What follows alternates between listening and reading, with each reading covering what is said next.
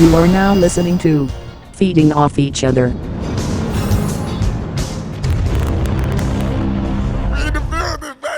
Welcome, everybody. Episode 20. The podcast is no longer a teenager.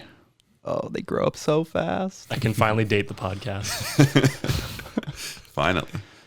Welcome back to Feeding Off Each Other, the something podcast. I don't have the intro in front of me. I should remember this by heart, I guess. This show where we chat to people way more interesting than ourselves in the hopes of stealing some of their sweet, sweet talent and knowledge. Wow, you said that with such passion. Is that off book? Yeah, that was wow, dude. There's no book. And today we actually have a guest. And he's here, but we won't reveal him yet because that's what we do, I guess. It's the incentive to watch on YouTube is you get the early reveal of who it is. Also, if you don't read the title. Yeah, or we'll look at the thumbnail. Or You know, honestly, we usually kind of ramble before we get to the guest, but I feel like we have so much to talk about. I just want to get right into it. I mean, screw the pre-guest discussion and your fun fact of the week. What about the speak pipe? Oh, man. You know, even the fun fact of the day would be, I would miss it a lot. Yeah. All right, let's get into it. Okay. You got a speak pipe message? Oh, yeah. Wait, give me a sec. Here, I'll give the fun fact of the day. Okay. The fun fact of the day is that Toy Story 2 was almost deleted from existence. Why? Did you know that? There was some sort of server thing at Pixar where it just had this, like, it was just formatting, and it just literally formatted the whole thing. And the only reason they had the project was someone was, like, on maternity leave, one of the producers or editors or something, and she had the backup at her home. That was it. That was the only copy. And so the whole crew had to go back to her, like, they all went to her place and they, like, moved her computer as though it was, like, baby Jesus or something. So damn, that's crazy. Yeah, it actually is pretty crazy. So literally that movie, and also other Toy Story 2 fun fact is that it was originally supposed to be a straight to video release. Toy Story 2? Yeah, because they at that time most of the sequels to Disney movies were direct to video. So like Lion King 2, Aladdin 2. So they're like, yeah, we'll just do that. And then they made it and we're like, oh, this is really good. Is Toy Story 2 the one where they fall into the fire at the end? Spoilers. That's 3. 3? Okay, Yeah. 3 was... 2's where there's like the over enthusiastic toy collector. Yeah. And it introduces all like the new Western characters. And, like, Right. It goes into like Woody's backstory instead of Buzz's. Jessie? Yeah, Jessie. Yeah. Yeah. Hey, listen. Play the speak pipes. Oh, I think we might only have one. That's okay.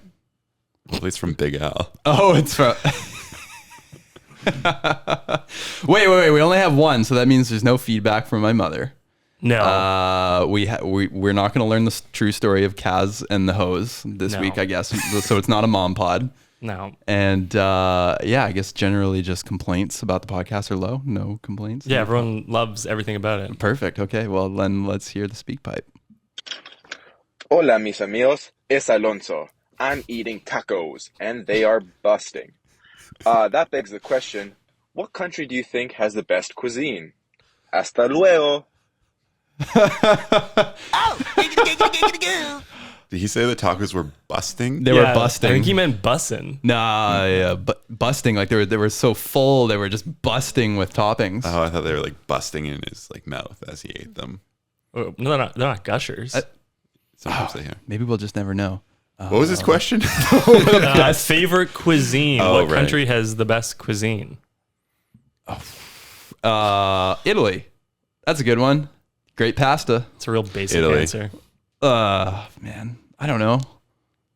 I mean, I would say Mexico. I would say tacos. Never been though, so You've never been? no. How about? I mean, this is the United States, but I mean, probably my favorite thing to eat in the world is poke from Hawaii. So the United States.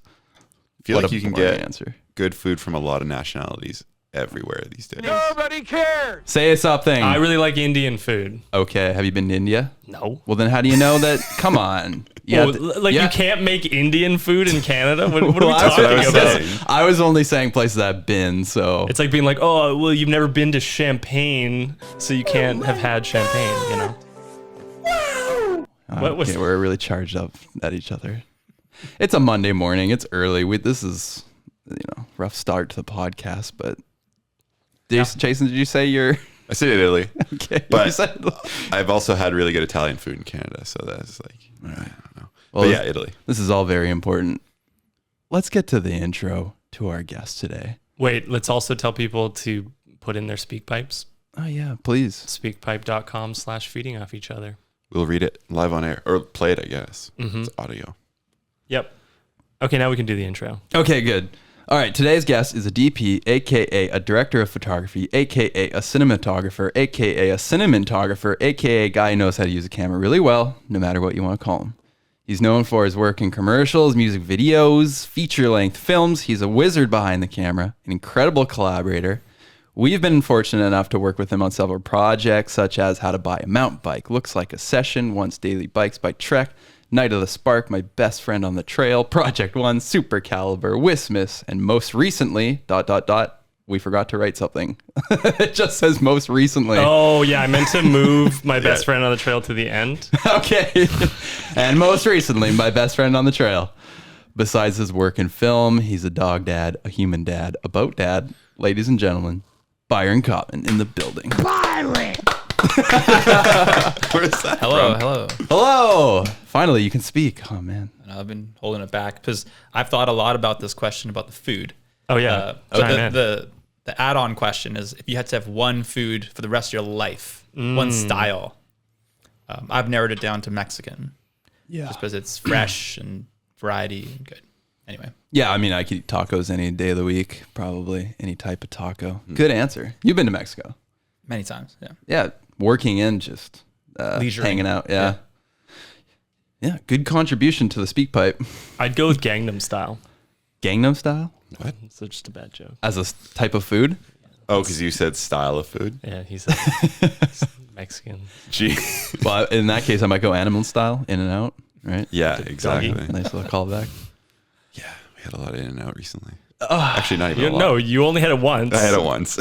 Jason, why did you only have it once? What do you mean? What was this? I mean, you could have had it twice. Oh god, that's a story for another pod. We're all charged up already. Yeah. Are you an in and out guy, Byron?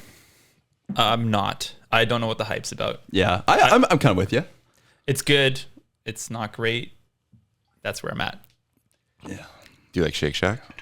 A bit more. Yeah. Oh, yeah. What about Smash Burger? Never had it. It's quite good. I had it at the airport, and it was actually really good. And I had a turkey burger. Nice. Yeah. Good content. Nobody cares. Yeah. Sorry, I didn't have that sound clip lined up. All right, guys, let's talk to Byron. There's so much we could talk about. So many different things we could. I don't even know where to begin other than just learning a little bit more about your backstory of how you got into film. I know that you really worked your way up from the bottom. Mm-hmm. Yeah, just tell us about your journey in film. And also, similar to us, you started off in bikes and... Yeah, totally. So since I was 12, I filmed and mountain biked. So I was a mountain biker and snowboarder, and I would film my friends with our family's camera. It was a good time. My friends were all really good at biking and snowboarding, and they were like, as soon as backflips and 360s came out, I kind of like stopped progressing with them. So I was too cautious, scared of getting hurt. So I just kind of became the dedicated filmer, which I liked, and I would edit. And then I was about to go to film school out of high school, and my dad's customer was a production manager. Didn't know what that was at the time, but he's like, just don't go to film school. Say my name at all these rental houses, and they'll hire you. I'm like, okay, I don't know what this guy's role is or what he does, so I applied at all these places, and I was going to be in the camera department. So all I knew was cameras, like my family's cameras, and I just liked filming stuff. So I did my first interview. I'm 17, just about to graduate high school, and they're like, do the interview, and he's like, what did you think? I'm like, where's the camera department? He's like, oh, we got rid of the whole department 3 months ago. And he's like, without a beat, he's like, you want to start on Monday in lighting? I was like, okay. Had no clue, like nothing about lights or anything. So yeah, and then I worked there 2.5 years, met people on the floor, like people renting equipment. And I'm like, what are you guys working on?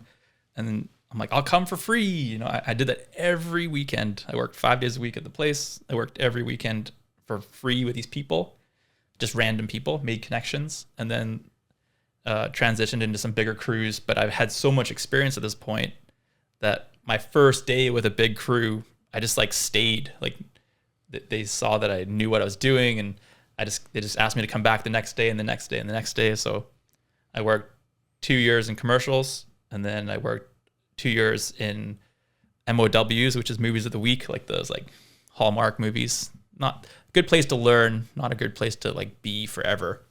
And then I worked 8 years on Supernatural TV show, all in lighting, but always pursuing my camera stuff. I didn't even know it was called director of photography or cinematographer. I just liked filming. And then here we are. And it's all I've ever done. I worked in restaurants as a kid, and then out of high school, I just worked in film. And I was doing the math the other day, 18 years I've been in film. Oh, I also, in your intro, we never mentioned your background. Where are you from, Byron? I'm from South Africa, but my family moved to Vancouver when I was 8, hence no accent. And the restaurant that you worked in, that was South Africa? No, it's here. Oh, okay. When he was like 7?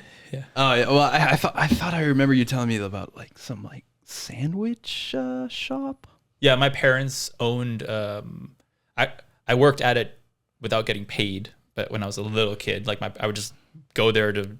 My parents were like immigrants who had no family here, and I would just go. They'd be working at the shop, the cafe, and my brother and I would just go sit there or help at the shop.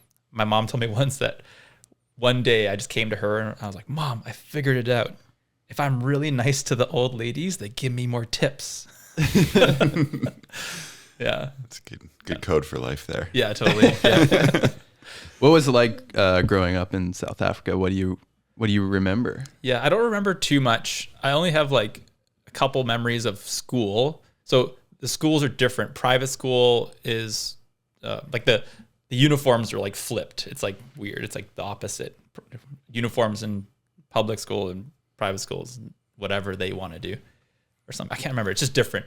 But I remember like some of the kids being so aggressive, but I'm not sure if that's just a kid thing or a South Africa thing.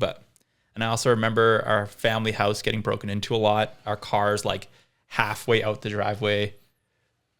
And then like the way you live at home is you have a front door, a gate right 8 inches after that. Then you go in, and then your living area is one section, and then all your bedrooms are gated within the hallway. So you have a gate in your hallway, and then all the bedrooms for the family are over there. Oh, wow. But it's just the way you live, so you don't know any different until you leave. Was it like a pretty wild transition leaving and coming to Canada and being like, where's all the gates? Yeah, for sure. A funny transition for the podcast is there was no such thing as boxer shorts, like underwear.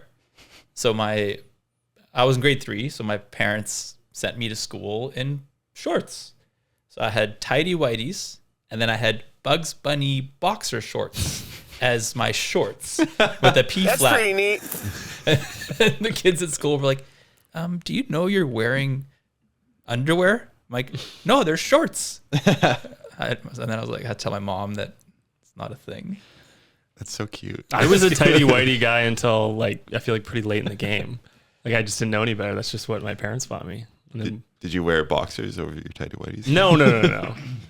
I just wore tighty whities to school. That's all I wore. Okay. You were tidy whities over Until pretty jeans. late in the game. Yeah, I was like second year Like of last university. week. Yeah.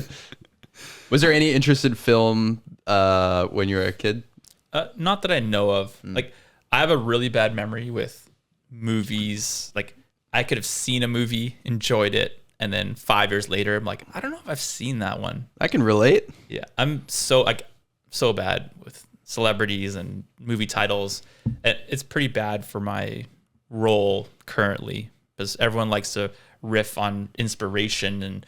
Well, yeah, you're talking to the two riff guys over here. These guys, they leisurely talk about TVs and movie shows and make fun of me when I haven't seen it or I can't remember it. So, right on, brother. Our ignorance brings us closer together. Yeah, it's really tough for me. I don't know what it is, but anyway, something to get better at. You guys are just doers. Yeah, exactly. Yeah, we're just full steam ahead, Just- one direction. Well, Yeah. what does that make you guys then? You're Harry Styles. Losers. You're Liam Payne. Losers, Losers. doers, and losers. Yeah. All right, I can get behind that. Like in 1998, Go on. no, I don't know. Toy Story 2. Oh yeah. Almost deleted. Did you just recall that, or did you like search? I googled this morning movie fun fact, and then it just said Toy Story 2 was almost deleted, and I remembered that story. Wow, Yeah. it's a good story. Man, there's gonna be so much nerd virgin energy on this podcast today. Holy smokes! But Welcome that's okay. to the I'm not. Incel Cast. I am not scared to dive into the nerdy topics today. That's what we're here for. So, what was your first memory that kind of like you're doing something with cameras and you realize like, hey, I really enjoy this, or I'm good at it? Was there a particular project, even if it was like a bike thing early on? Like, what was the first time you picked up a camera and you enjoyed it? Yeah, I think the part that like made me realize that I really liked it is kind of in the editing process. Like if I like something, even till this day, I'll watch the end product like 50 times, even if I've made it or like. But if I'm medium about it, I'll just like watch it a couple times and check my workout, and then have to watch another pass and watch it holistically. Like kind of you start watching your stuff very narrow-mindedly, like very focused about like just the visuals, and then it's hard to kind of watch it as a whole for just an average viewer. But I guess to answer your question, editing, seeing something that I've filmed, edited, and then really enjoyed watching myself, that kind of like was the aha moment. When people ask you what was the very first video you ever made, what do you say? I've never been asked that, but I'd say it's like either my Breaking new ground. brother's skateboarding or just like my close friends mountain biking. Okay. So you actually were filming skateboarding before mountain biking? At the same time. Okay. Kind of go hand in hand. Yeah, action, motion. The nice thing with the skateboarding is you kind of commit to one wide lens and you just skateboard behind. Mm-hmm. And so who were you filming mountain bike projects with? my closest friends growing up are like Jeff Gulovich, Eric Lornick, Ross Measures. But I guess as far as people that are still doing it in the pro world is Jeff Gulovich. But I met all these people at Griffin Skate Park, North Van. I was there biking, and then they were there biking, and we became friends, and still friends to this day, like 20 years later. It's like eerily similar to the origins of IFHT. Yeah, like yeah. eerily similar. Yeah, I enjoy how we have a pretty similar background in that way. Oh, Griffin Skate Park Bowl? Yeah. Or what is this? This Yeah, is Delbrook. It's like Edgemont Village. Oh, yeah, okay. I've driven by that a couple times. And from that day, so I must have been 12. I'm 35 now. So that's 23 years. Yep. I was like, I really want to live in this neighborhood. And I just recently did it. So it's like nice box check. Oh, nice. Yeah. Right It's by the awesome. skate park? Yeah, I haven't gone to it since. So I just don't have time to even do anything. But It's a scary place. It's like a person in your 30s showing up to a skate park. yeah. Hello, fellow kids. Yeah, exactly. Full body armor. It's funny how so many of us have roots in mountain biking. What do you think that filming mountain bikes gave you, like in terms of like a groundwork for film? Like what does it teach you? It teaches you hard work because it's hard to get places. Weather's not sweet, so it also teaches you just to like persevere. And you can also you learn, it's all natural light, so you don't get to like create light. You kind of are watching for like light windows, or you realize that sun is not that great for trees. You just learn about lighting subconsciously, like you're not really trying, but you learn it. I find snowboarding, filming snow is actually even more so because it's very fickle in the light. Like if it's gray, it's horrible. Like you might as well not roll a camera, and you have to window shop and get little pockets of sun, and you really watch the cloud movement and the sun position. And I guess you're also learning how to work with someone else and manage their emotions and Totally. energy levels.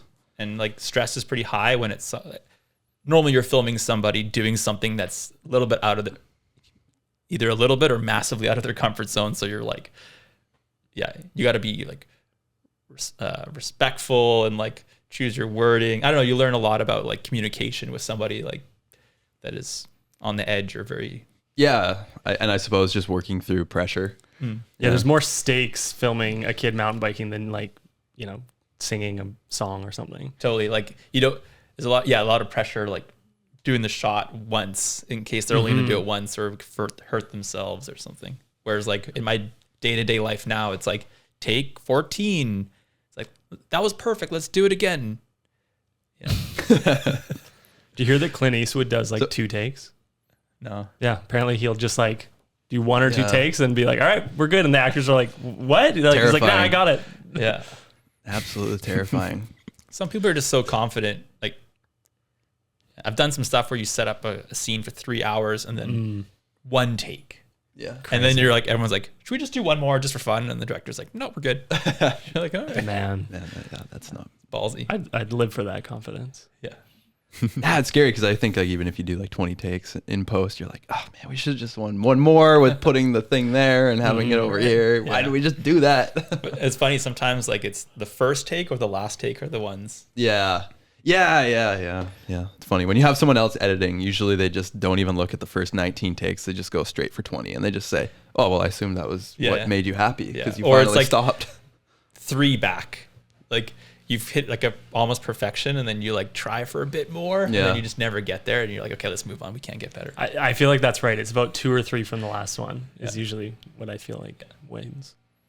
So what is life like nowadays for you? You've come a long way from being a one-man band in the forest at the skate park, filming buddies. What is a kind of a typical week in your life look like? Yeah, so I do mostly commercials, and I work.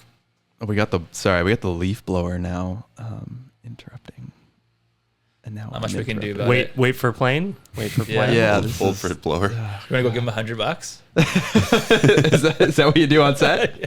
Have you ever given money to someone making Not noise? me personally, but they totally do. But some really? people will go make noise. People that are savvy. Oh yeah. Oh, In like neighborhoods that film a lot, they'll just start playing music so loud on their balconies, knowing that they're going to get money for doing that. What? a real dink move. And you are not helping now the film community. Wait, I A can whole make lot money? of people just got a little richer out there. Oh my god. That's what this guy's doing. All right, he's toning it down. Sorry to cut you off. Where were we at? Oh, my day. Yeah. Just give folks out there like some idea of what you do. Yeah, now. so sometimes I'll work one day, like actually be filming 1 day a week. Sometimes it's 7. It just all depends on the project. Or sometimes it's like you get unlucky or lucky timing with schedules where you're just like back to back to back. Like I just did 9 days straight, 3 different jobs. And then now I have 9 days off. You just kind of flow with the thing, with the water. Like in the beginning, you get really like scared with the uncertainty.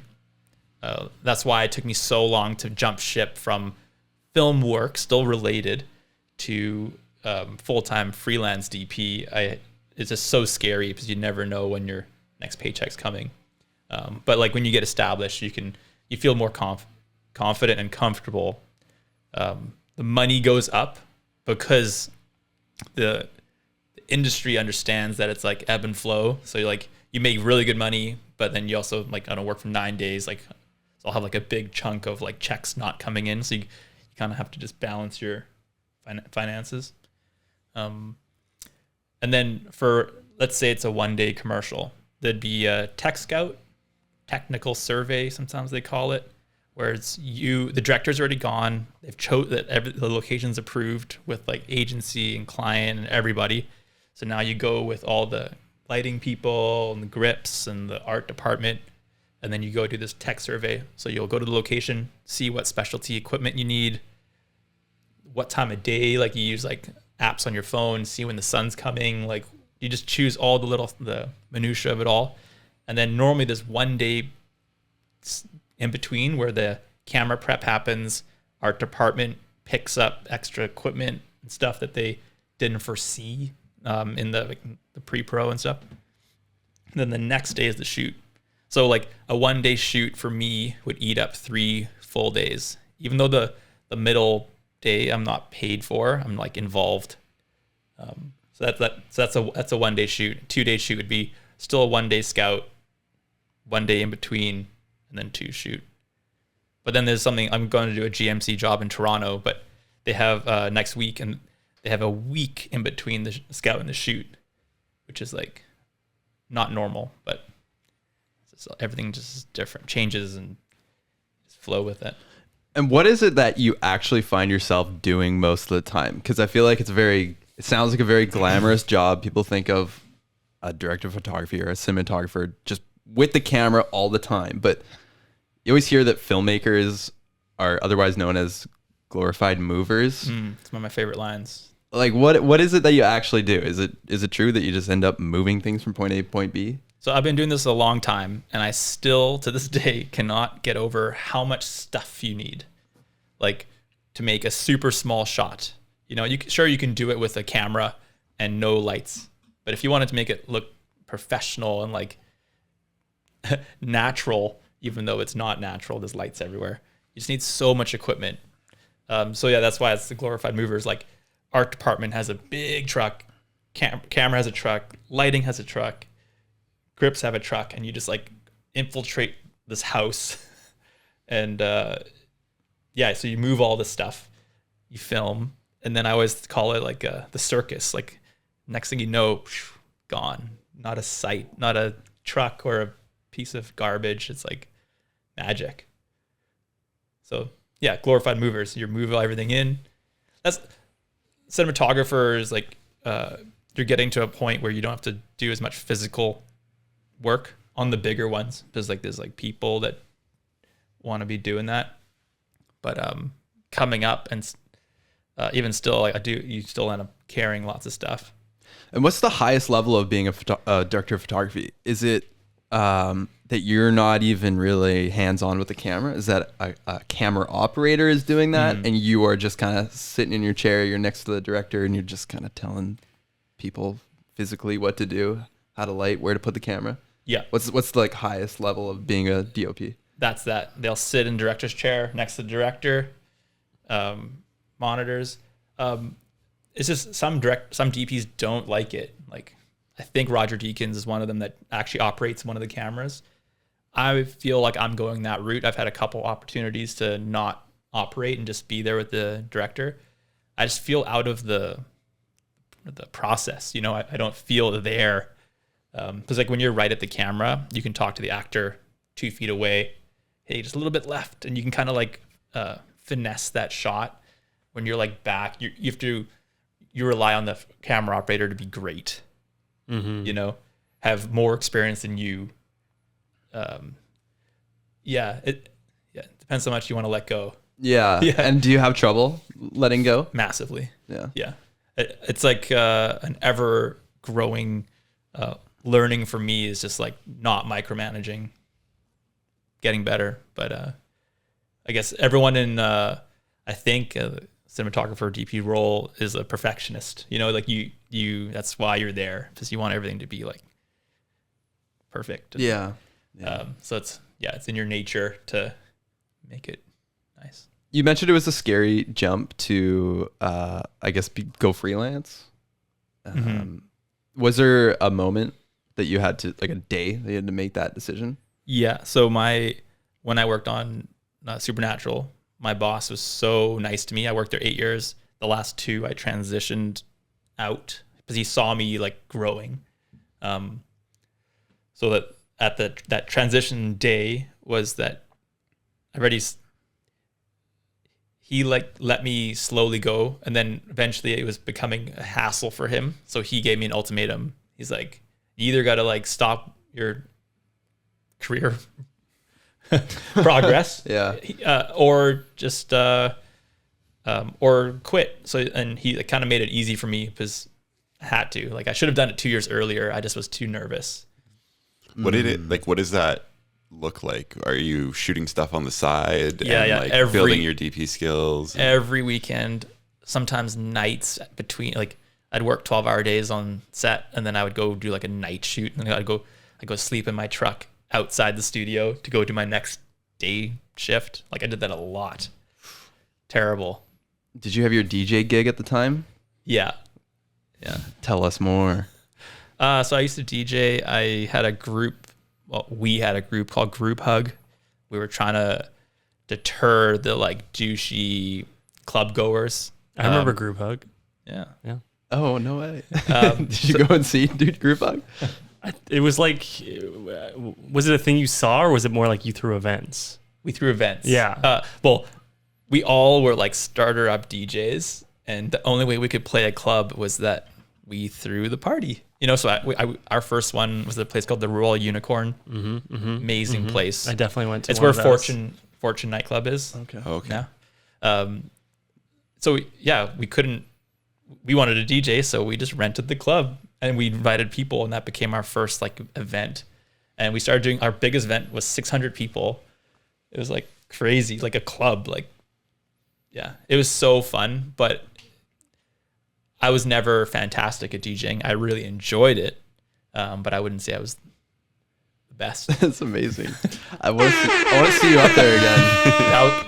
That was a common button. It has to be. I want to see you up there spinning. What do they say? Spinning the vinyls. Yep, spinning the discs. Is that what the cool DJs say? He spun CDs though. Oh, okay, yeah. No, I Walking. was turntable. Who else did that? Who did you do that with? This guy named Troy Kelly and Mike Circa. Okay, I knew that. Yeah. And then we had a couple like guest things, and we had a few residencies. We'd play every Saturday. It was really fun. Any cameos from Hans Von's Beats? No, he was after us. Okay. Yeah, I wish. I'm friends with Danny, but Hans Von's you mean Hans Von's Beats of How to Be a DJ fame? Maybe I have something I could play. Yeah. So, man, I feel like you just live life to the max, man. You just don't stop. It's always doing it's something catching cool. up to me though. I have a 1.5-year-old kid, and I travel 4 to 6 months a year, and it's getting harder. When I used to work on Supernatural, I used to work with I was really young. I was like 22 to like probably 28, and I would work with people that were in their 40s or like late 30s, and I would go to the gym after work. And they're like, "What are you doing? How do you do that?" I'm like, "It makes it easier. It's great." And like I'm in their shoes right now, and I'm just like, oh, I can't even imagine doing one more thing. Just want to sit on the couch and watch the show. We were gonna ask what your first big break was. I imagine that you had many different kind of breaks that opened up new doors. Yeah, I have like a couple that come to mind. There's a guy named Mike Southworth that does music videos. Him and I have done 50 music videos probably. Wow. So my first one with him was kind of like a breaking point. It turned out really cool. We did a burning room, and we did the whole thing in reverse. And the artist, Dominic Frico, he learned the song backwards. So he did a lip sync in reverse. And it's called Haunted by Love, I think. It was a long time ago, like 15 years ago. So that was like a nice tipping point, meeting him. We got on a roll of a bunch of music videos, all Vancouver artists. And then my next and then I just kind of was like, not wallowing, but you just kind of like trying super hard to get more traction. But so I did that for 5 years or so. And then I got an opportunity to do Oat Studios, which is Neill Blomkamp's project. So I worked on almost all the things that they've put out. Lots of travel, and I feel like that was a big stepping stone as well. And then, it's hard to really pinpoint because it's such a slow process. Like you're not like, I did a movie with Neill 2 summers ago, and I was like, this is gonna be I put pressure on the release of it. Not pressure. I was hoping that this was gonna be my turning point, but nothing changed. I guess I got my new agent out of it because they saw the trailer, and What does the turning point look like? Like when you're envisioning that, like everything's going to change. Like what is it that you're seeking? Seeking people outside of my connections reaching out to me just randomly. Yeah. You know, all of it is word of mouth, you know. Everyone I know or have met through somebody, and it's just a snowballing effect. I feel like that next tier is when you just get called randomly from LA or New York or London, and they're like, yeah, we want you for this thing. And it's like a big thing. But I imagine that's happened to you throughout your life many, many, many times. Yes, but not often. Yeah. So my people ask me what my 5-year goal is, and my 5-year goal from now is to do more bigger jobs. I do lots of jobs. I do 3 to 5 big jobs a year. I'd love to do 15 like super cool big jobs. What's a big job? Is that money? Is it time? It's a combination of having the resources to make. So it starts with a really cool creative, and then people having the means to do it properly. You know. Yeah. I find that in all film, the smaller budget stuff that's like cooler, creative, has no money, and just the way it is, like. I don't know why, but there's a few like unicorns out there that you see on Instagram, like a lot of stuff from Europe where they're like, you're like, how is that made? And like the budget is massive. You can just tell it screams like high end everything, and the creative's cool. So that's what I want to try and get into. I'm not super hungry for movies. I've done 4 of them, smaller ones, but I wouldn't say no. I just I'm happy doing commercials. The movie's such a long commitment. If the script's good, I'm into it. But I don't want to be like away from my family for 3 to 6 months, like just away of something that I'm not like believing in. Yeah. But if I believe in it, I'm all game for sure. What about directing yourself? Would you ever want to do that? I feel capable. I'm definitely more of a collaborator than like a startup. Like I really like the name of the podcast, like Feeding Off Each Other, because I believe in that wholeheartedly. Like my favorite line to directors when I haven't worked with them was like, "This we've just met for the first time," and I always tell people, these directors, I'm like, I'm full of ideas. I'll just say them, and you can shut them down. No hard feelings. Like I'm just gonna spitball, because I like feeding off each other. Well, that's what I like working with you. Some cinematographers, I feel like, are hyper focused on only the light and only the camera, and they just, I mean, that's their job. Mm-hmm. But kind of forgetting to like involve themselves in anything to do with the actors or the movement or the blocking, that kind of thing. Story, yeah. And I mean, I feel like you're like on our sets where you're always like my right hand man, as you should be, but helping me out where I'm having trouble with, you know, maybe the actors or the background or something like that. And you have so much experience over, I mean, how many videos have you made now? Like, couldn't tell you.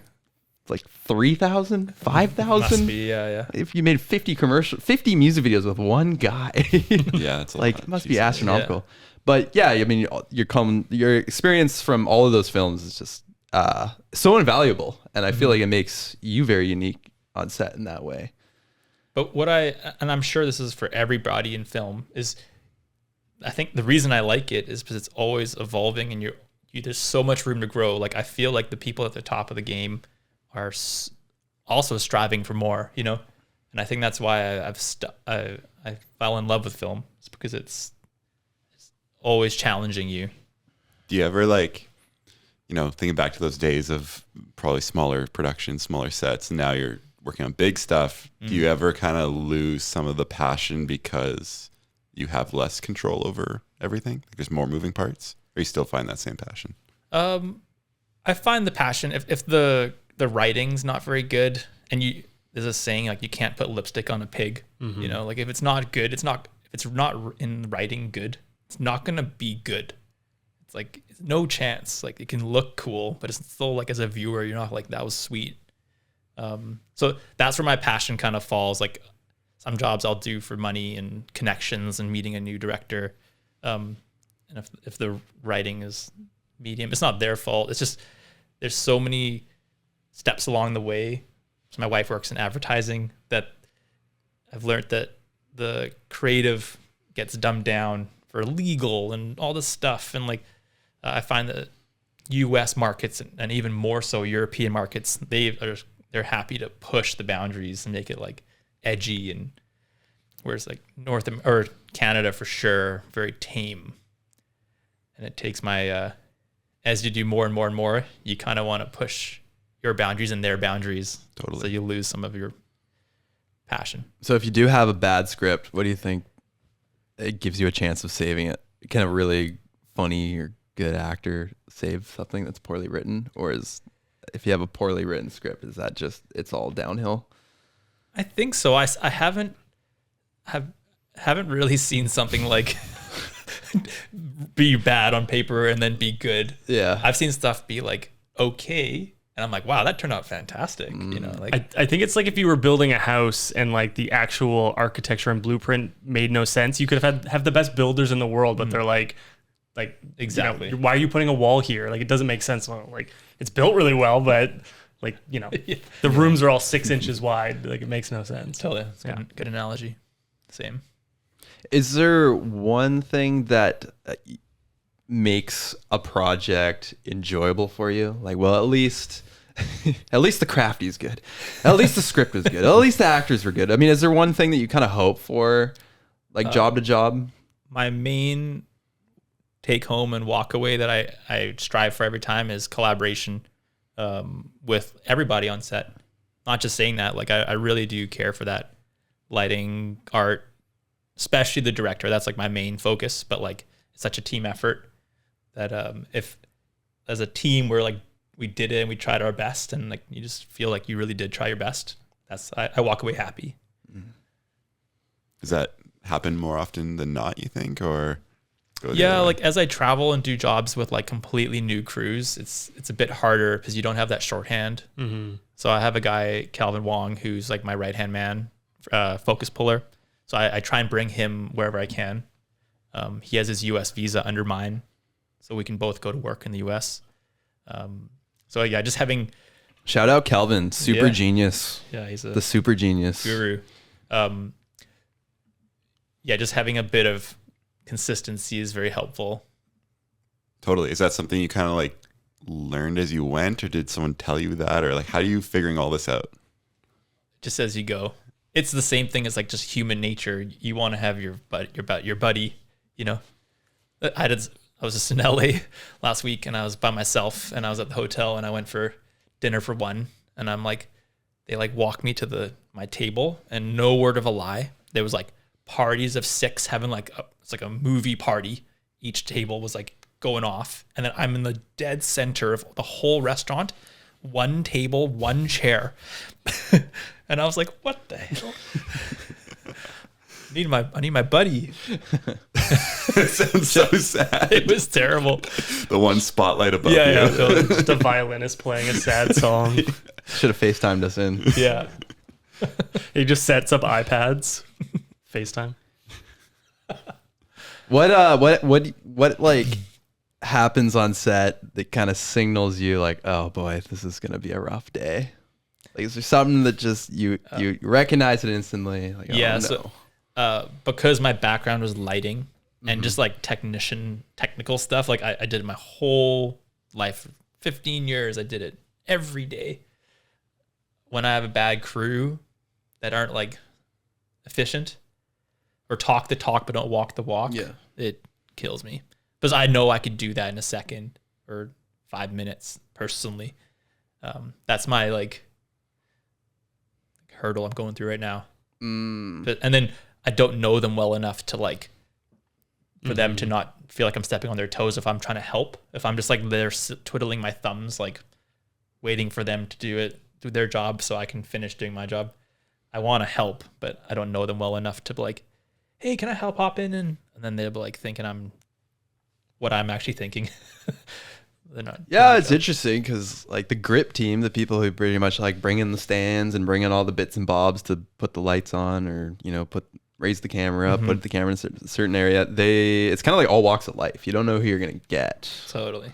And all varying levels of experience. But it's at the base of it, it's an entry level job in film. So sometimes you could have someone like that, or you could have like a veteran.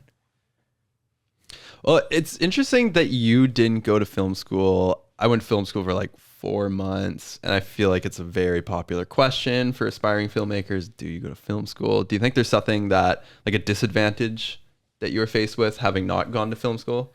Yeah. The one thing that I know that I'm lacking, and we kind of touched on it a little bit, is part of your schooling is learning movies and theory and history and pulling from all the, like, what works, like it's been done like this way for 50 years, this style of filming. Here, this is on paper, this is what it is, this is how it works. Take it in, learn it. I'm like slowly learning it piece by piece, trial and error. I feel like that's my one thing. And then connections, like meeting a bunch of like colleagues. The problem with that is everyone is at the same level at the start. So like soon as you graduate, you and your peers aren't going to really like catapult you. You're all going to kind of like come up together, which is cool. But you don't have that. Whereas I got paid to go to film school. Granted, it was $8 an hour. But I was learning every day, hands-on. No film school. And what are you hands-on with? I'm trying to imagine your days at Supernatural. You were a lamp op? Yeah, so let's rewind a few more years. Okay. The transition when I didn't go to film school, when I went to the rental house. Right. I would just clean equipment. Lights would come in from a movie. I would open them up. I would clean them. I would fold them, put them on the shelves. You graduate to like pulling packages. Then you start meeting the crews. That was my days. Is the light? Are these pieces of equipment just coming in trashed? No, just dusty. Like a lot of times, studios like they're like up there for 6 months, and it just like it just gets dusty. Like we had a shoot last year where we lost a piece of equipment and it was like $200, and I was like crying for 3 days. And I was thinking, what a big movie, man! They must just put it into the budget, like 20 grand. We're gonna lose, and it's called L&D, loss and damages. Right. I thought you meant Ellen DeGeneres for a second. L&D. Yeah, I don't know any like nightmare like cases of just destroyed gear that came through in your time. No, I wasn't attached on that level there. I'm sure there was that I like didn't really like notice. I don't know personally. Since I own a bunch of gear, you have like I've had cable cam drop from the sky, broken lens. There's certain things. I've had a camera, full red camera build, fall in the ocean. Gone forever. Jesus Christ. Gone forever. Gone forever. 40 grand. And I'll tell you this: you never think something would sink so fast. You think like everything would kind of like wave down. Yeah. But it was like See gone. Like 1 second, it was gone. Did anybody jump in, try to save it? No, we were deep. It was 300 feet or something. Oh my goodness. Jeez. Yeah. Now, I don't know if it was you, but the reason I asked about like major losses at the gear rental house was I remember someone telling me a story of people having a fake credit card, renting a bunch of gear, and then just completely disappearing. Not me, but it sounds feasible. Yeah. That was Kyron Botman that did that. Oh yeah, right. Our homie, our other Next homie. guest. Totally different guy. Yeah, I don't know. Some sort of credit card fraud where they just rented a camera and then disappeared. And that would probably be pretty tragic. I guess that's just an insurance claim though. But yeah, very sad. Crazy. Very sad. You should watch the movie Emily the Criminal with Aubrey Plaza. That's basically the plot of it. Ooh, I'm in. They use fake credit cards to scam companies. Rental houses? No, they escalate from buying TVs to then cars and stuff. It's pretty intense.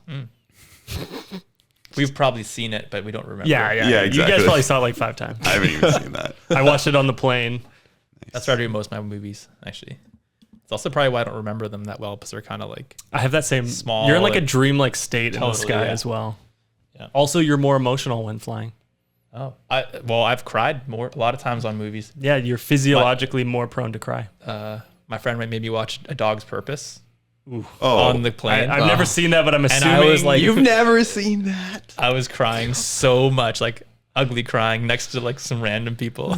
I've seen Marley and Me, which is enough. Yeah, totally.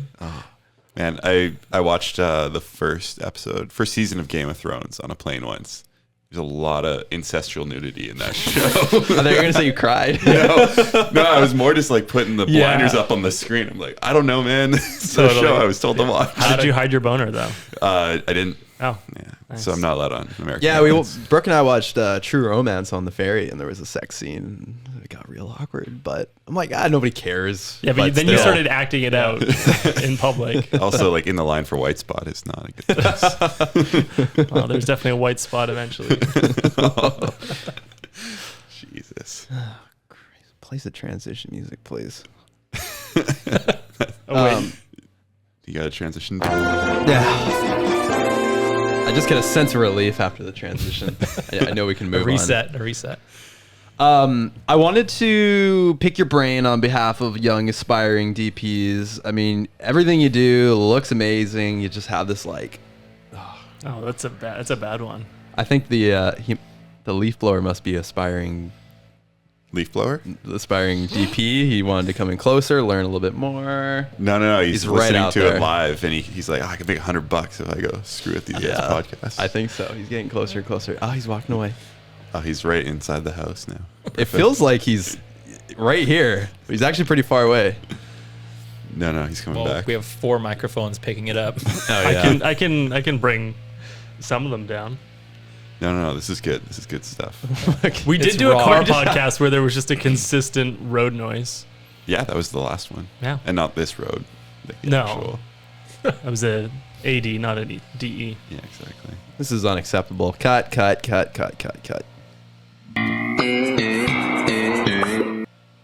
half expected it to be gone after he played that. Yeah, like he just knows. He He's knows. making his way.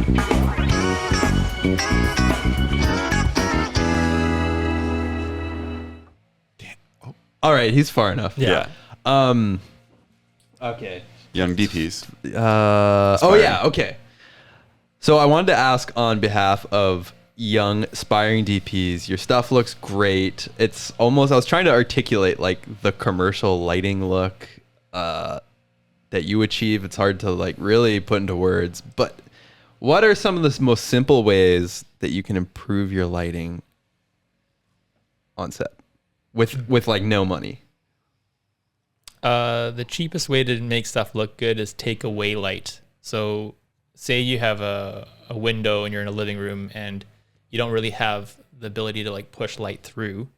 All you do is you put negative, you call it, which is like black fabric on the non-window side. Open up your camera more than you would, and it uses what's coming in the window as a source. And your dark side, where the negative you placed is, will become to taste. You can make it not so dark, or like just by literally with your exposure iris. Fantastic answer. You really misled me there. Yeah, removing light. Oh. Very tricky. Yeah. Yeah. Is there any other tricks you learned along the way, like building DIY stuff or like stabilization or things like that kind of like helped you progress your game? Or were you kind of just in the rental house using that gear on the side? Like, how did you build your skill set? Well, I think I'm very lucky with technology.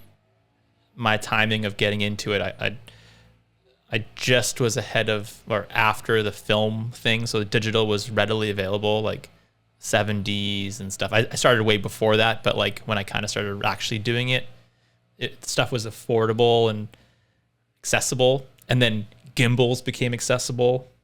Like those were like stepping stones to elevate your product and my product. And now since I was at the forefront of learning them when they first came out, so let's say a gimbal, for example, I'm very proficient at it on set. Minus I'm getting shorter because it's compressing my spine. I'm not even joking. Fuck my life. Yeah. But yeah, those things have elevated. And I actually, unlike quite a few DPs, I own a lot of gear. And the reason I own gear, and it's a slow process, and I bought it all myself. I have a business partner for it now, but it's allowed me to make my stuff look more expensive than the budget allowed. So like I would get a big job and I would buy a light or buy a new lens, and it's grown to a point where I can like do a full commercial with all my equipment. Yeah, I've heard of a lot of people using like film budgets for their own gain. Like, hey, we'll shoot this next one on red, so we need the budget for that. They don't own the red yet. They need that budget to own the red, and then they go buy it, and then they shoot it on the red. So you land up like, instead of it costing you 40 grand, it's costing you 20 or something. So you're taking a loss, but you're gaining. Like it's exactly how we did it. It's just kind of like what? Piecemealing slowly. Okay. Like whenever you have a bigger job, you buy that equipment that's needed. And what do you think are some of the first things that you should invest in? Because I think as like a starting DP, you're so overwhelmed with everything. You're like, well, I guess I need a better camera. Oh, well, maybe it's actually the lenses. Oh, well, a tripod maybe seems pretty important. No, screw the tripod. I'll wait 10 years for a better tripod. That was me. Yeah. And then realizing I should have bought the tripod a long time ago and probably not got like the lenses. What do you think really like would improve your work, I guess? Yeah. Honestly, I think like all cameras are so good now. Like you can use like anything that's SLR, anything's going to be good. So the cameras, like whatever. Lenses, if they're like more open, like a smaller number, softer background, that's going to make your stuff look like fancier. It's not always the right move, but it looks like higher end, shallower focus. So like you can buy cheap-ish fast lenses. And then I also was in the tripod game. You definitely, maybe like now, a modern day answer would be a gimbal, some sort of gimbal. So then you could be like floating around like Steadicam style shot. And then maybe like, and you can also use it as a tripod. Yeah, if you place it on a table at the right height. And then maybe a couple lights, like a tube, one of the like 2 foot or 4 foot tube that can do colors or like effects like lightning or like any sort of like effect like that's going to make your stuff look fancy and cool. And maybe a couple like, here's the thing that you need. In the beginning, you don't think about these big fabrics because they seem like they need a frame and like equipment. But if you just buy the fabric, 8x8 negative, like solid, and an 8x8 diffusion, you can just clip them, tape them. And then you got these massive big sources, but it's all about a large soft source or taking away the light is the key. So just those pieces of fabric, they roll up into a bag the size of, I don't know, small little grocery bag, and you have this amazing lighting tool. So I think that's the cheapest, most going to elevate your work the most, like a couple of fabrics and a gimbal and a couple of little lights. What was your first camera? My first like kind of pro-ish camera was a GL2. It was mini DV tapes. GL2. Is that Panasonic? It's that was before Panasonic. So it was Canon. Okay. 3 CCDs of quality. Yeah, I had a 3 CCD as well. It's pretty nice. Beauty. I had one before this, but it was my family's camera. Like this is the first one I bought. I can't remember how much it was, $3,000 or something. Holy crap. Yeah. And then to ingest the footage, you had to like capture in and out every shot. You couldn't just like dump card. It wasn't like cards, it was tape. You had to like in point, play, watch it, output, and then capture, and then wait. Dad cam. Yeah, exactly. It literally is the dad cam vibe. Yeah. I mean, we've been asked a million zillion times, what camera should I buy? And like, I used to answer all of those, like just try my best. And then eventually I got to a point where like, I had no idea what cameras were even on the market. Totally. And I would just say, like, I don't know, get a DSLR or something. I mean, if you had to suggest something to the people out there who know they want a camera, like, what kind of guidance can you offer? See, I'm kind of like not the best person to ask because I'm in the cinema market now, but I think Sony has an Alpha series camera that's like prosumer leaning pro, but it's still an SLR form factor. I'm not sure the price, but I think the best thing you can do is buy what's in your means, because everything's good. You can literally go around and shoot on your iPhone, and it's going to be, if this, like I said, the story's good, it's going to be good. So it's not about the gear. So buy what you can afford, or borrow. Borrow what you can borrow. What about having to make big purchases that are really tough?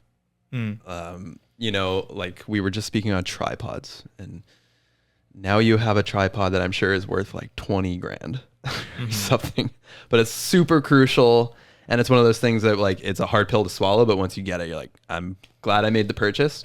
What kind of helps you justify those hard purchases? Oh, it's so tough. Every person's situation is different, but my first investment that I ever did was I took 30 grand line of credit and I bought like full on debt. No, I didn't have the money. So I had 30 grand line of credit and I bought like a cheaper tripod, some lenses, a monitor.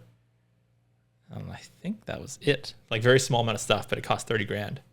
And I was so nervous at the time because that's a huge amount of money to me at the time. And in the end, it just sorts itself out. And then next thing you know, you buy another round of that same line of credit. As long as you're driven and want to make it your career, the like financial part will sort itself out. But you might have to like eat out of a can for a couple of months. Sleep in your truck. Yeah. DJ. Well, it feels like a chicken and egg thing too, because I think some people would go out and buy the gear hoping almost that motivates them. Whereas you're already doing it, so you knew what that would fulfill for you. You know, like some people just go and buy like skis and they're like, I'm going to be a skier, and then it sits in their closet. Like that would probably be the wrong approach. Like build up to that. But at the time when those decisions are harder, you're not at the place yet to like feel comfortable. It's like it's a double-edged sword. For me, there's been so many small purchases that I would avoid, like extra batteries or an extra charger or an extra memory card, that I'm like, I don't want to spend the $800 on one memory card. I don't need to spend $1,200 on 3 new batteries. And then you're on set and you're like, why didn't I just buy it? We're screwed right now. We have no more batteries. Everybody's inconvenienced. And I think like that's the thing that now in this stage of my career, I'm motivated. I'm like, this is going to make everybody's life better. It's going to equal a better project. And just to have no stress on set, like we have more than enough memory. We got more than enough juice. That's how I can kind of click by a little bit easier. It's the time is money thing as well, right? Totally. But if you just don't have the money, it's like it's a slippery slope. Like it never ends. As soon as you start climbing in camera levels, and then the accessories are more, it's like it never ends. And sometimes it feels like, you know, just buying gear will solve problems, but it doesn't really. It feels sometimes more. like it feels like productive sometimes, like, oh, I bought this, like I'm moving up. It's like I didn't really accomplish anything. I just spent money. I didn't really need that thing. So you've collected like so much gear now. Is there now something on your bucket list that you still have yet to play with on a set? It's kind of embarrassing actually, but I'll tell the audience. I've played with everything, I think, or most things. The only thing I haven't played with, and it's so weird that I haven't, is a techno crane. I've played with you guys. What is a techno crane? It's like a fixed base thing, and it's a crane that's like telescoping. So you can like press a button and it like shoots out. So you can do like a dolly style shot and not see the track, or you could like shoot out past off a parkade, and like you could start on the parkade. These are like the shots where you see in a movie, like starts like above a roof and then it moves down to the driveway to the car and then turns around, and now we're like going down the street or something. That would be like a crane with a Steadicam on it. Okay. And then they physically hop off. This is just like, it's like a remote head on the thing, and you can just do it anything. You can use it as a normal crane. You could do it as through a window. How much does this piece of gear cost? You would never buy it. It'd be a rental thing. I'm not actually sure. Not that crazy. $4,000 for the day.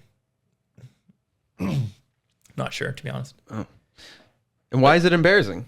Well, it just because it's like such commonplace for my role to have used them, or to have a project big enough to use them. I've done everything. I've done with you. We did the Kira arm for multiple days. Yeah. Like that's way more fancy than a Technocrane. Yeah, and way more Specialized. expensive. Yeah. Anyway, it's just like a thing that's on my, I guess, bucket list. Yeah. It's like not, yeah. Anything Very else? niche. Anything else that you're dreaming to like have on set? That's it. Technocrane. Crane. All right, guys. My birthday's in a month. Okay, well, I can rent it for one day. Well, We're I'll starting chip a in. Kickstarter. Yeah, exactly. I don't know. Like sometimes when we're conceptualizing a film or a commercial or whatever it might be, we never know where it's going to start with. Start with a joke, start with an idea, start with a song. Sometimes it starts with what's a movement we have never done before, a new camera movement. So that's kind of why I was just curious. Like, is there? I mean, I'm sure now where haven't you placed the camera at this point? Yeah, I do really enjoy car rigs because they take a lot of time though, which is a bit of a bummer for the production. So you get limited to like how many you can do, or if it's possible within the time frame. So we'll see. Yeah, I mean, I don't want to ask too specifically because you're trying to save those ideas. I'm guessing, it's not really your job to decide where to place the camera though. Like on paper, what is the DOP's job? Like the lighting and like visual look, but it's all with everybody, the production designer and the director. Yeah. It's ultimately on set. It's like to run the camera, grip, and lighting team to get that look that the director and yourself want. So we know that collaboration is your favorite part of the job. What's your least favorite part of the job? Is there any part that you kind of end up dreading? I guess it's just I dread the parts that when you get to a point. Okay, here's an example. You light something and you're very happy with it. Director's happy with it. Agencies they pipe up on the radio. They're like, it's not. They have some note. It's not too dark. It's not bright enough. Doesn't match or something. And then you're like, okay. Let me check my work. You like compare with the other angle, and you're like, oh, it looks great. I'm like so happy with it. And then you end up having to go talk to them in their tent and like explain, like they talk in eye lines and stuff, and you're like 100% convinced, or yeah, 1,000,000% convinced you're right on the eye lines. Let's say that's an easy one. Sure. And then they're like, nope, you're not. I'm like, okay, well, you're paying me a lot of money to be here, so I guess you can do it. So you don't say that to them. Yeah. And then from that moment on, you just like check out creatively. I was fully there for you. And it's like, not that I'm always right, because everyone's wrong sometimes. And you just kind of check out. So I guess my favorite is collaboration. My least favorite is like no collaboration. So as soon as there's no collaboration, I'm out. Yeah, I would say I'm still there to do the job, and I'll do it, and I'll do my best. But I'm not in love. You're definitely not alone. I mean, this is a complaint I've heard with countless people in film. People don't like it when the client, they have a hard time when the client is on set. But and we don't really have this every once in a while, but we're fortunate in that way. Mm-hmm. And it's not that it's an evil, but it's like a necessary evil. Yeah. It's not an evil. It's just they're paying the bill. Mm-hmm. They are right. Yeah. It's like customer service. They are and they aren't. Yeah. It's like, go ahead. I've seen some really aggressive directors from LA come up here and just be like, no, that's stupid. Like, no, we're not shooting that. I'm like, oh. Like to the client? Yeah, right to their face. I'm like, wow. I love that. So Canadian. Oh gosh, raise your voice. Yeah. Shut the fuck up. Yeah, man, it would be I'm sure a lot of people out there would have great pleasure in telling agent or a client to F off. But yeah, it's the mouth or the hand that feeds you. So it's Totally, yeah. it's a tough game. But a lot of them have agency and clients have awesome feedback. Like so often I'm like, that's a great note, like, collaboration. Like everyone's there to uplift it. So what besides the client, what about a director? What does a director have to do to get under your skin or not vibe with you or not feel like they're collaborating? I've been very fortunate. I need some wood here. Not on any surface you wish. Yeah. I've been very lucky. I haven't had like a day where I'm just like, oh, I can't wait this to be over because of the director. Oh, okay. It's like a couple times with you, but a couple times. Yeah. I'm pretty low stress and like I don't like conflict, so I try and avoid it. Right. In general is my like rule. What's the mark of like a good director where they went above and beyond and you're like, whoa, this guy or girl kills it? Kind of to our one take and we're done.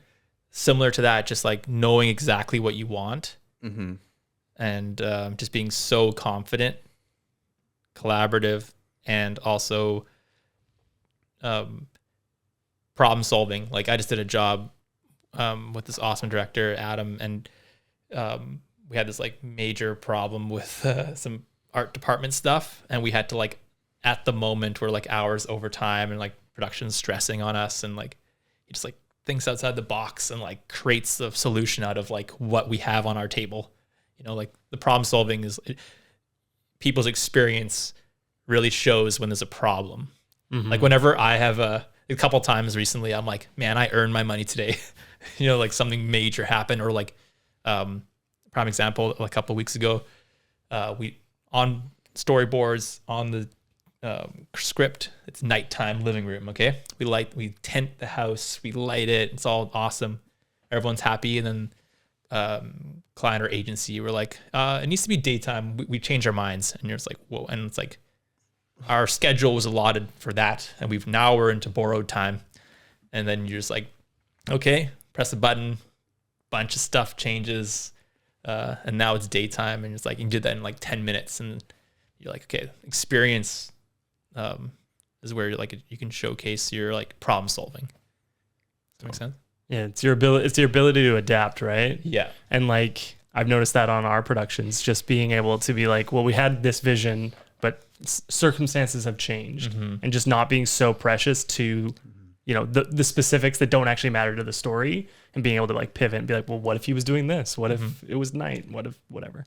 And that's another thing that I tell people and told myself when I was coming up is always say yes to like the random silly things. Interviews especially, like they're not a sexy thing to shoot, but there's so much learning to be had for each one. Lighting, just set deck, like quick thinking on your feet.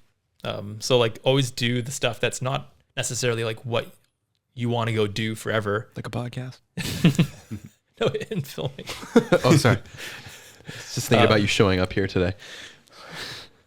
Do the thing you don't always want to do, but yeah. So just I think just always say yes. I'd say I'm 95% of the time saying yes still. Really? I kind of want to make it like 60% to stuff I want or not. Yeah. That's interesting because I think there is like that transition where you start saying no, and it's like a bit empowering, and kind of that is almost like you made it moment when you're turning work down, right? So you're the only time I turn work down is if I'm double booked. Like if I have a conflict and like I'd rather go do this one is kind of where I'm at right now. But do you have I guess this goes into another conversation of like, what's your process when someone approaches you with a job? Are you like, okay, what's the script? Like what boxes are you ticking off mentally to go into that job stoked? The script, and then the director's like work. If it's a good connection to foster, and then I don't normally find out the budget, but you get a taste of it just in like the way they talk. Like how many like personnel do you get? You know, like it's like they call it key plus one, which is like the gaffer plus how many they are going to get. So if they're like, we're budget key plus 3, it's like, you're like, okay, that's a decent commercial. But if it's like key plus 1, you're like, something's going on here where they're like still trying to do the key plus 3 job, but they're trying to make it cheaper. Right. Yeah. I wanted to dive in a little bit into your feature film life a couple of years ago with Neill Blomkamp. Yeah, you said you're not really like too interested in the feature world right now. I imagine it takes a crazy amount of work. You also kind of had to, in a way, like overhaul like how you organize all your gear. Like I saw you made all sorts of new like organization for all your bits and pieces of gear, like because you had to be ready to go every single day for, I imagine, a couple months. Like what kind of preparation did it take to work on Demonic feature film with Neill? Mm-hmm. So like any movie, no matter the size, you like prep it and you shot list it with the director. And I've never been taught how to do this, so I'm just like self-taught. But I like will per scene write down like on a spreadsheet like what gears, specialty gears needed once you know the location. So you just like really break down every shot or every like location and know kind of what you need. So it's all about like delegating to like the crew is kind of your role. And so that's one side of the things. And then other side of things for all movies and with Neill is Neill knows exactly what he wants, and he said this is the style that we're trying to mimic. But some people are a bit more vague, and you have to like submit or like try and help get stuff from Shot Deck and like get some inspiration. So it's just if I'm answering your question correctly or concisely, it's like just prep and trying to be on the same level as the director, because some directors write it, and like Neill's case, he's the writer, so it's so hard to be on his level because it's in his mind. So I can read it 10 times, but I'm never at his level in like understanding the nuances of the story and the characters. And so I'm just trying to get to that level as best I can within the time. Do you enjoy diving into like a project that's gonna like you can just absorb yourself into a multi-day project, or you like doing the kind of like quick and dirty, like regardless of budget and the crew, like imagining that these jobs are all the dream job. Do you like diving into something that takes longer, getting in and out? I prefer getting in and out, but the longer one gives you a sense of like accomplishment or like you have purpose. Like it's gonna be entertaining to somebody and like help them in a way, because either it's laughter or you feel like you're doing something for the world, not as like high and mighty as that, but you're doing something more so than a commercial. A commercial is like literally just like visual stuff that's selling a product, which is like not necessary for the world. Whereas like a movie's got it's got a lot more like legs and can help somebody. So it's almost like a process versus outcome thing for you. Mm-hmm. Totally. I just love the short and sweet. Yeah. Yeah. I'm also have like a little PTSD from doing 8 years on Supernatural, 10 months a year, 5-6 days a week. Just like film industry is really aggressive on your like life when you're doing long show calls like that. Like I remember I lived in the same apartment for 12 years. My wife lived with me for a long time of that. And like one day we were walking on a Saturday, it's probably like 8 years into us living there. And we're walking by this like thing a block from my house. And I'm like, wow, when has this been here? And my wife's like, it's been here for like 5 years. You just are like a zombie to life, just like so tired. So I'm a little bit like scared of the commitment is the truth. The commitment to work? Long stretch. Okay. Because it's like compounding tiredness. Yeah. And I'm not scared of hard work. And it's the thing. You're definitely not. Also on that particular movie, you had a pretty cool camera setup. I don't even know what to call it, where it was like 360 degrees around. Yeah. So I personally wasn't very involved in that. Okay. It's called volume capture. Okay. I believe at the time it was a world record. I think it was like 200 and my number's off, I think, but 240 or something like that. And what it is you capture the scene. The acting is the same. The movements are the same. The clothing's the same. But what you can change after is the camera position and the lighting. So you can create these, like, you can do camera moves anywhere you want, except for underneath. It's like from ground level and up. Sorry, and for myself and the other idiots out there, is that multiple cameras in a circle? Yeah, and like, you know, like those kids, like half circle domes. Yeah. But a large version of that with like tons of cameras, like these little Sony, like little cameras. And it just captures, like, just creates a 3D scan of that situation, but in video. Crazy. I didn't realize that you weren't very involved. Yeah, there was a whole Another camera crew came in. Yeah, it was like the person who owns that. Like I helped do the lighting design and to give them like lots of light, and in the end it landed up. We tried to do it on the cheap, and we had to, like, I think we did 3 levels of upping the intensity of light because we like tried to do it cheap, and then we were like, it just didn't work for this guy's technology, and then we had to go up, and then it was still just not enough to go up again. It's crazy. Well, so what does that mean when you're going up? Is it Just adding another light, or is it like turning up a dial, or adding more lights? adding more lights? Yeah. And these are all lights that you had available. No, it's a rent like, Oh my like God. separate. Oh wow. It was like a whole other unit after the movie was done. Oh wow. Yeah. Well, yeah. Hopefully one day we can shoot a movie together, and hopefully you like doing movies by that time, and hopefully you're not scared of the commitment. But yeah, you'll be first in line. So We've made short, what you call it, short films? How to buy a mountain bike. yeah, I think we just have to copy and paste that like 8 times, and then that's a feature length film, pretty basically. much. Yeah. Do you remember working on that project? Like, Totally, did you have like font? Because I feel like that was probably when IFHT was like in the middle of like getting higher production, bigger crews, and still, but also like shooting a lot of stuff ourselves, acting ourselves, and like. Yeah, I being a guess little bit that more was running where around. that was the project we first met. I sent you an email. I don't even know. Yeah. And I think I responded. I said, I don't know why you need my help. Your stuff looks great. You said you were a big fan, and I squealed a little bit. Purple drapes. Yeah, I was like, oh my God, he's actually seen our stuff. Wow. yeah. He's probably lying though. It's so funny. Like, I literally still to this day, like, just like go deep diving on your guys' stuff. It's so good. One of my favorite is Millennium Homebuyer. Millennial home buyer. Oh yeah. A classic. Very good. But yeah, I don't know. Like, do you?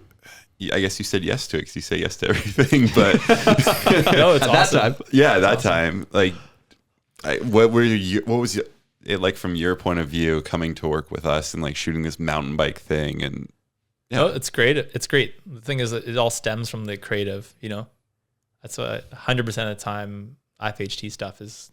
The creative's really good. You know, it's interesting. It's pushing the boundaries. Things you can't always push the boundaries on the bigger stuff. Like, you guys find a way to stretch the money because you've come from the world of doing it yourselves, so you like can do it leaner, and not in a bad way. It's just it's a good way. mm-hmm. Yeah. I mean, we have the same kind of thing where we try to make it look more expensive than it really is, and having come from slightly different level of owning our own gear, I think we share that same kind of goal with just making it look the best you can with whatever you have available. Yeah, but to touch on your point of why do you need me? Like, it's already looking great. Like, I think about that a lot actually, because working with you, I mean, we went down a path of our videos just looking so much better than they ever have in terms of light. And then you also, I think a very important element that you brought to our productions is just having a bigger network and introducing us to different people. But when it comes down to just the camera and light, I mean, yeah, I think we often, when we have a script for a new project, one of the first decisions we'll make with camera is what lenses, like, is it going to be spherical lenses? Is it going to be anamorphic? What kind of aspect ratio? And I feel like you have often pushed us to not go super cinematic. You've said like, I think like comedy, it just kind of needs 16:9, just spherical lens, just kind of plain. But when we do push it cinematically and we, go with the crazy anamorphic lenses or whatnot, I mean, you see it in the feedback. People are like, this is next level. This is unbelievable. And maybe people don't even necessarily know why it looks that way, but they just get a sense of like, this is crazy. This is next level. So, I go back and forth with like looking back at the videos that we did that are just us. It's just kind of like us just passing the camera around, making it no real knowledge of light other than just whatever we think looks good. Thinking that's the way to go, but then also being with you, having you fully focus on the light and the camera and having a team to do everything. And like you gain so much because you just have the help. I don't know. I don't really have a question here. It's just expressing my kind of back and forthness with like how much production do you put into a comedy piece?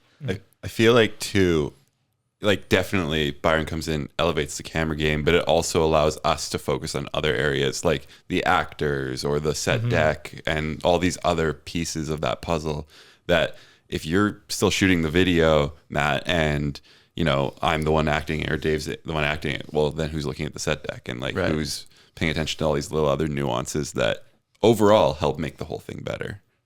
You can you're just certain that side's covered, kind of. Yeah. You have trust and Tons of trust for sure.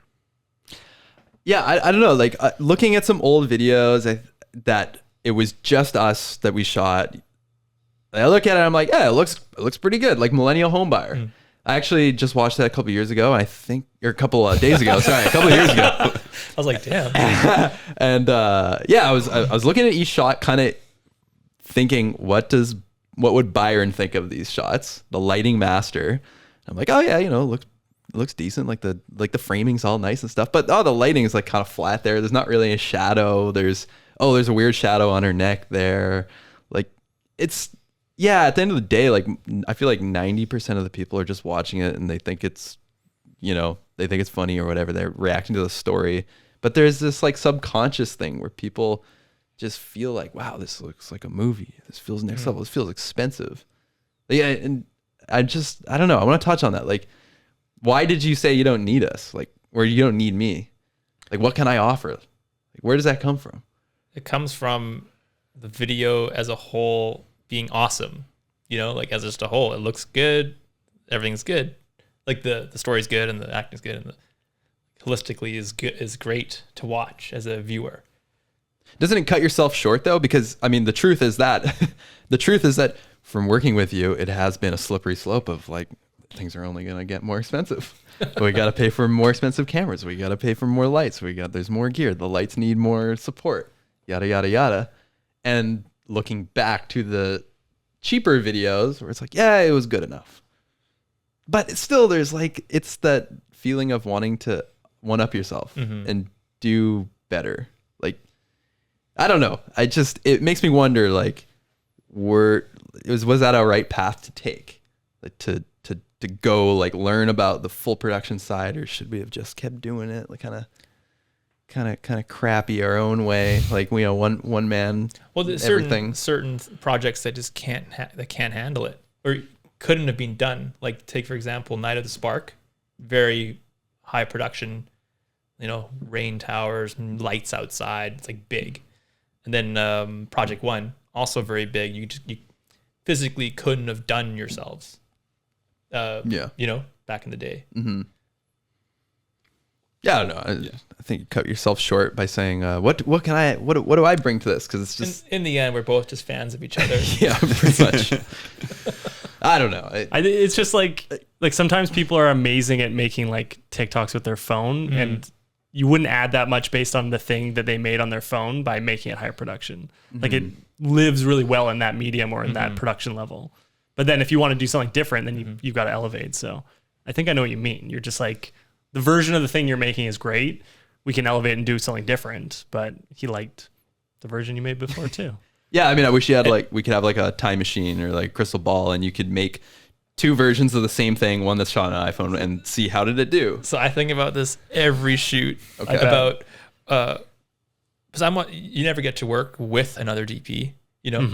And sometimes you go into a white room and you need to make it look cozy in nighttime. It's a very hard thing to do. And I'm like, and you leave the set and you're like, I just don't know if I really crushed it today.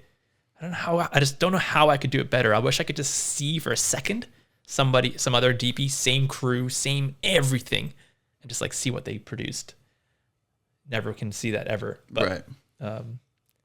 I think about that with editing. Like that's a thing. Oh yeah. You know what I mean? Like you give everyone the exact same chunk of footage. For sure. Say make the thing. Yeah. I think that's like writing, even if you have the Totally. script, different writing. And I don't know. I think 9 times out of 10, you did really well that day. It's just, for whatever reason, it's hard to reassure yourself of that thing. It's hard. Yeah, it's hard to get hung up on the thing that you could have done differently. Not even necessarily better, just differently. So many what ifs. Well, my favorite thing I keep saying is no one knows what you didn't do.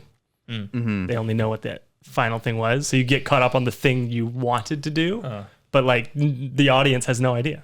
They just, unless you're like adapting a famous book or something, that sounds like so much pressure. But yeah, it always helps me. Like when we have to cut things out of things we shoot. All the time.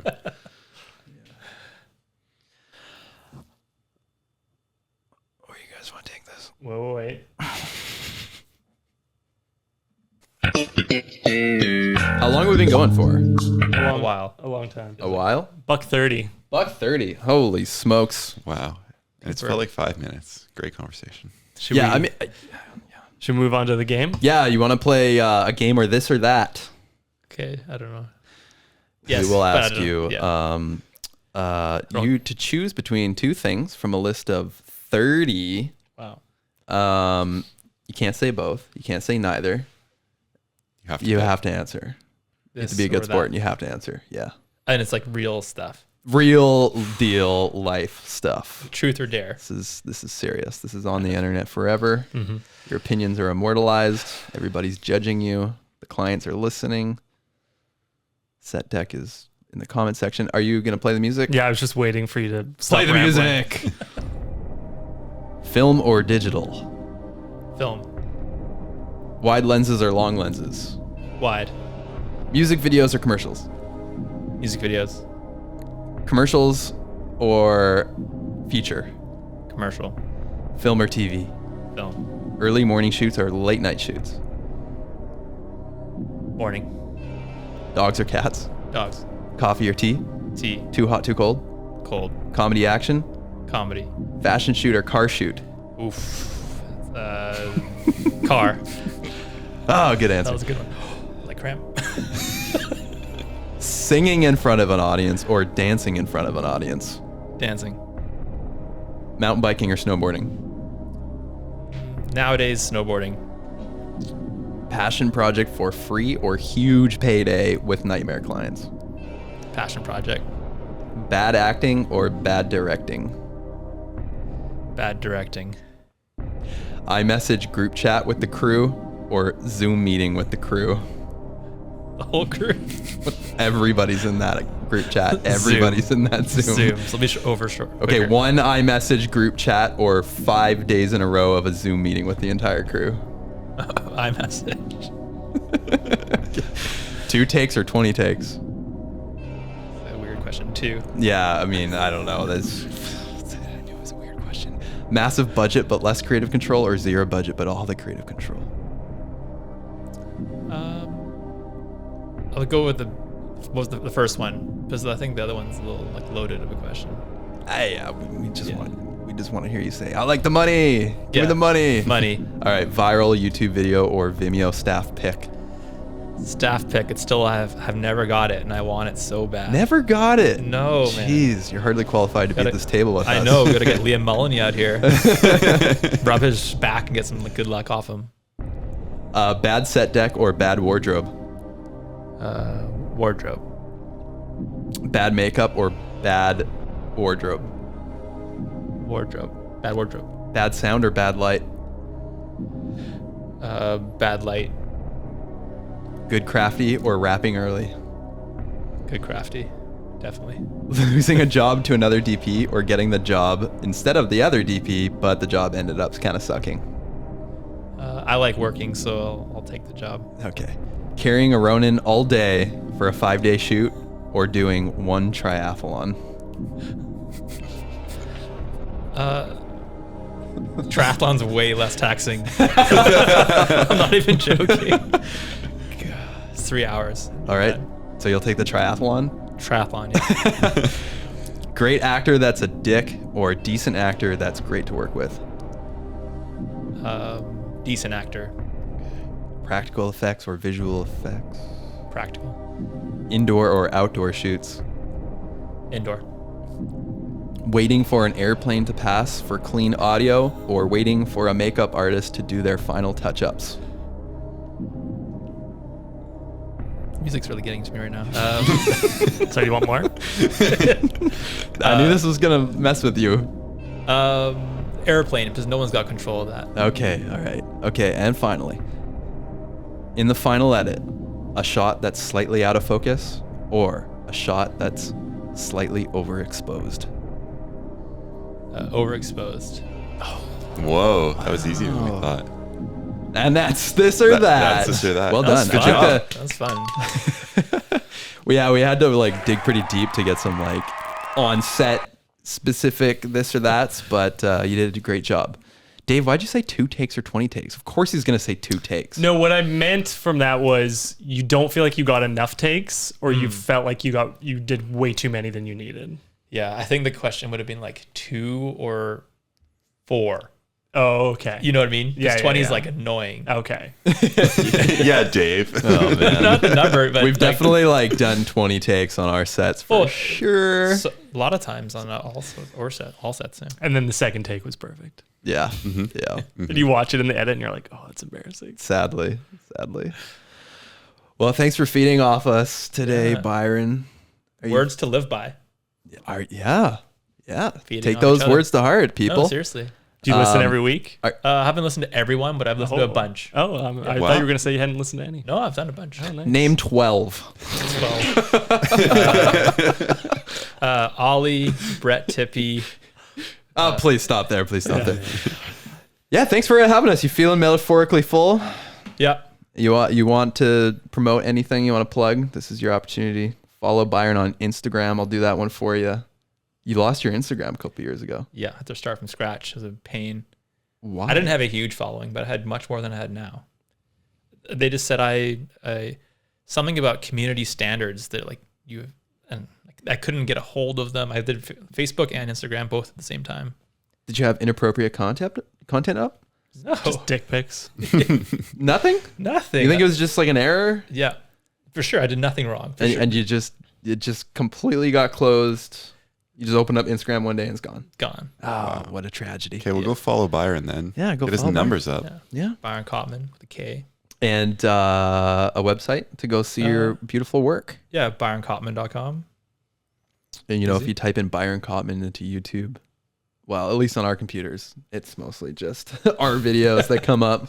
I'm in the quarantine video. Oh yeah, you are. Yeah. And you Crushed it. you actually that was you my did first. great. That was my acting debut. Yeah, and you did get spotted on the streets. Yeah, twice. Ooh. Twice? Yeah. From that video? Yeah. Oh, that's awesome. What happened there? Nothing. No, I mean like what did they say?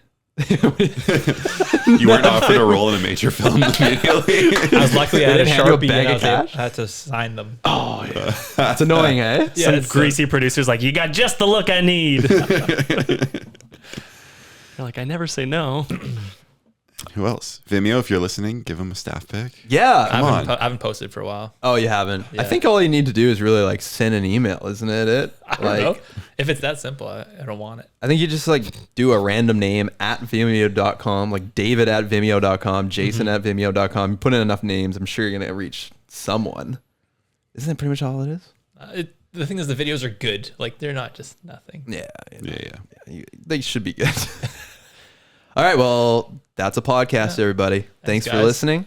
Remember to do the things that you never do, like subscribe and rate. Please leave us a rating. We need to read some ratings. Please troll us. SpeakPipe. Just anything. Give us that free content. SpeakPipe. Leave us a message. What is it? Speakpipe.com/feeding off each other. That's the one. Hit the link in the description. Yeah, that's it. Thanks for finally coming through. Thanks for having It me. was great to have you. And as always, Nom, nom, nom, nom, nom, nom, nom, nom, nom, nom.